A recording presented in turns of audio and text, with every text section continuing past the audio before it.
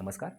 तो basically second drug जो अभी डिस्कस करेंगे वही है लेबिटोलॉल।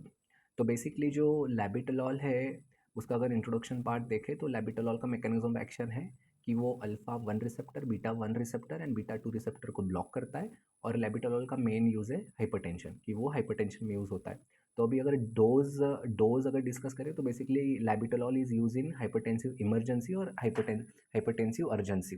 हाइपरटेंसिव इमरजेंसी, हाइपरटेंसिव अर्जेंसी, इसके ऊपर आप सेपरेटली क्लास लेंगे। लेकिन हाइपरटेंसिव इमरजेंसी एंड अर्जेंसी में लेबिटोलॉल देते हैं। तो initial dose is 10 to 20 milligram. Loading dose देना होता है ओवर 2 to 3 मिनट्स। फिर उसके बाद अगर 15 मिनट के बाद वापस बीपी कम नहीं होता है, BP is above higher limit of the normal, तो उसके बाद वापस से 20 to 80 मिलीग्राम पर 20 to 80 milligram every 10 minutes upon repeat करवा सकते हैं। कब तक देना है? जब तक बीपी नॉर्मलाइज नहीं होता है। और total dose of labetalol should be given is 300 milligram. मान लो अगर कोई पेशेंट हाइपरटेंशन का आता है और उसके अंदर एंड ऑर्गन डैमेज होता है, तो ऐसे कंडीशन को अपन बोलते हैं hypertensive emergency. Hypertension with and organ damage, features of and organ damage is hypertensive emergency. ऐसे केसेस में initial dose is 10 to 20 milligram, start over 1 to 2 minutes, followed by 20 to 80 milligram every 10 minutes, जब तक उसका BP normalise नहीं होता है। Maximum dose आप दे सकते हो 300 मिलीग्राम। ठीक है। तो this is basically the treatment of hypertensive emergency और hypertensive urgency and the use of labetalol. Second, कि हाइपरटेंसिव इमरजेंसी और हाइपरटेंसिव अर्जेंसी इन प्रेगनेंसी में भी आप लेबिटोलॉल दे सकते हो। लेबिटोलॉल सेफ है।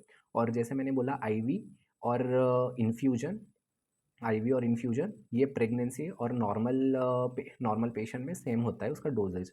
अगर आप इन्फ्यूजन देने का सोच रहे हो तो इन्फ्यूजन बेसिकली दो पार्ट्स में होता है, एक तो लोडिंग डोज, एक तो मेंटेनेंस डोज। अगर लोडिंग डोज का लेबिटोरल का सोचे तो loading dose is same 10 to 20 milligram start देना है, उसके बाद मेंटेनेंस डोज स्टार्ट करना है। तो maintenance dose is 0.5 to 2 milligram पर मिनट इन्फ्यूजन चलेगा। कुछ पेशेंट्स ऐसे होते हैं कि उनको maximum dose of 10 to 20 milligram पर मिनट इन्फ्यूजन भी दे सकते हो। And same should be given in pregnancy. Pregnancy में अगर आप सोच रहे हो कि उनको ओरली देना है तो ओरल का डोज है 200 मिलीग्राम बीडी पर डे। ठीक है। 200 milligram BD and maximum dose you can give up to 2400 milligram per day. ये हो गया हाइपरटेंसिव इमरजेंसी और hypertensive urgency in pregnancy and normal patients. Labetalol का जो डोज एडजस्टमेंट है उसका डोज एडजस्टमेंट करने की कोई ज़रूरत नहीं है। अगर रीनल फेल्योर नहीं तो हेपेटिक फेल्योर है तो उसमें लेबिटोलॉल का डोज एडजस्टमेंट करने की ज़रूरत नहीं है। अगर साइड इफेक्ट देखें तो लेबिटोलॉल का बेसिकली साइड इफेक्ट होता है dizziness, nausea, fatigue and main side effect is orthostatic hypotension. तो अगर जर्नल कंसिडरेशंस में देखें, जर्नल कंसिडरेशन में एज सच कोई बात नहीं है, लेकिन इतना पता होना चाहिए कि कौन से कंडीशन में लेबिटोलॉल कॉन्ट्राइंडिकेटेड है। तो labetalol is contraindicated in bradycardia because labetalol का जो बीटा 1 ब्लॉकर एक्शन है it itself causes bradycardia.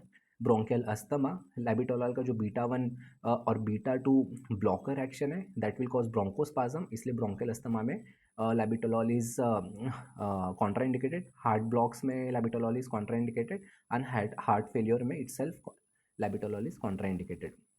Thank you.